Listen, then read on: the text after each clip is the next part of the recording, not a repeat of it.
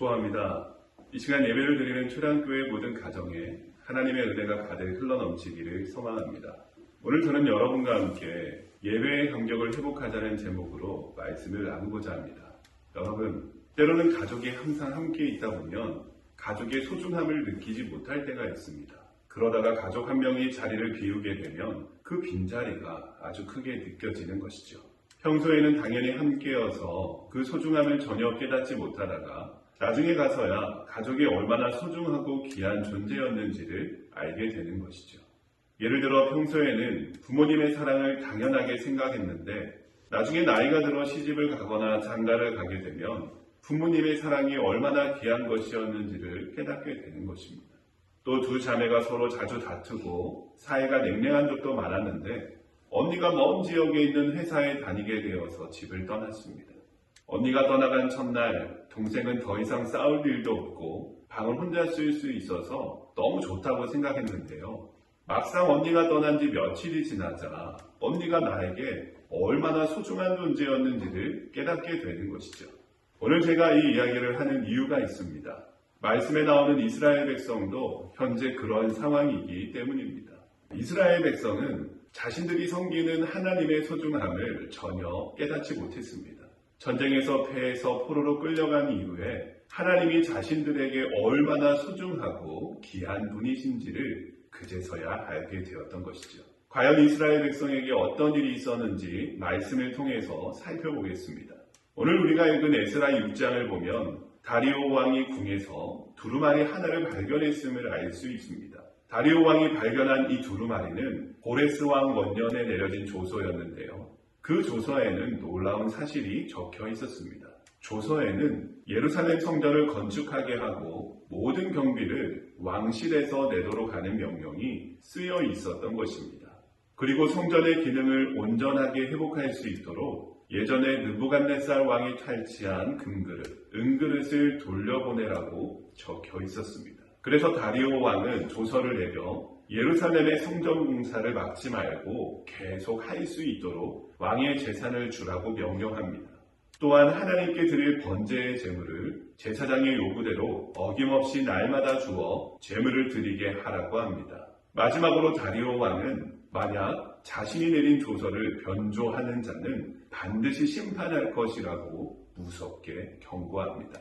그렇게 다리오 왕이 성전 건축에 관한 조서를 내리자 유다 사람의 장로들이 학계와 스가랴의 겉면을 따라 성전 건축을 시작합니다. 그러자 모든 일이 형통하게 진행되어졌으며 결국 성전 건축을 아름답게 완성할 수 있었습니다.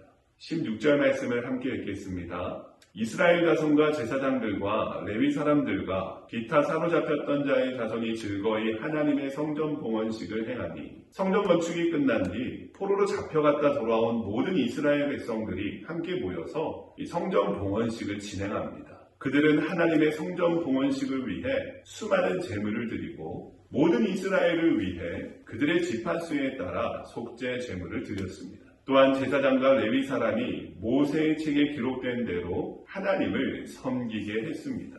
유다 백성은 하나님이 세우신 성전에서 하나님을 왕으로 섬기며 온전히 자신을 드렸던 것입니다.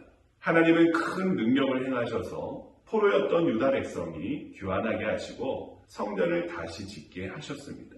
여러분, 오늘 여러분에게 한 가지 묻고 싶은 질문이 있습니다.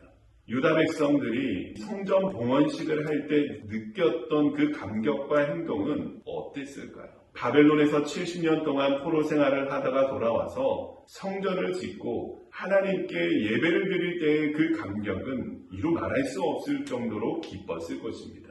유다 백성들이 포로 생활 70년을 하면서 깨닫게 된 것이 무엇입니까? 하나님이 우리의 가장 귀한 분이시라는 것을 깨달았습니다. 지금까지 이스라엘을 지키시고 인도하신 분이 바로 하나님이시라는 것을 깨달았습니다. 이제 내가 믿고 의지해야 할, 경외해야 할 분은 바로 하나님 한 분밖에 없다는 것을 깨달았던 것입니다. 여러분, 우리는 오늘 성전 봉헌식을 드리며 기뻐하는 이 이스라엘 백성들의 모습 속에서 무엇을 알 수 있습니까? 하나님이 우리 가정에 가장 귀하고 소중한 분임을 다시 한 번 더 말씀을 통해 되새기며 감사하는 우리 가정이 되기를 축복합니다. 이 세상에 그 어떤 누구보다 우리 가정의 가장 귀한 분이 하나님이시라는 사실을 말씀을 통해 뼛속 깊이 되새기는 은혜가 있기를 바랍니다. 하나님은 우리 가정의 가장 소중한 분이시요 우리 가정이 경외해야 할 위대하신 우리 가정의 주인 되십니다. 할렐루야. 우리 다 함께 하나님께 나아갑시다. 하나님을 바라보면서 하나님을 의지하는 가정이 됩시다. 우리 초량의 각 가정들 가운데 하나님을 경외함으로 하나님의 사랑이 가득 흘러넘치는 그런 은혜가 충만하기를 소망합니다. 기도하겠습니다. 사랑의 주님, 참 감사합니다. 유다 백성들이 한 자리에 모여서 성전 봉헌식을 하며 하나님을 예배할 때 하나님, 그 위대하신 하나님을 감격하며 감사하며 경외하며 나아갔던 것처럼 하나님, 오늘 우리 가정도 하나님을 경외하며 하나님께 감사하며 하나님만 바라보며 나아가는 그런 가정 될 수 있도록 하나님 은혜 주시고 인도하여 주시옵소서. 오직 하나님 한 분만을 우리의 주인으로 모시고 우리의 왕으로 모시고 하나님을 의지하며 살아가는 우리 가정 되게 하여 주시옵소서. 감사드리며 살아계신 예수님의 이름으로 기도합니다. 아멘.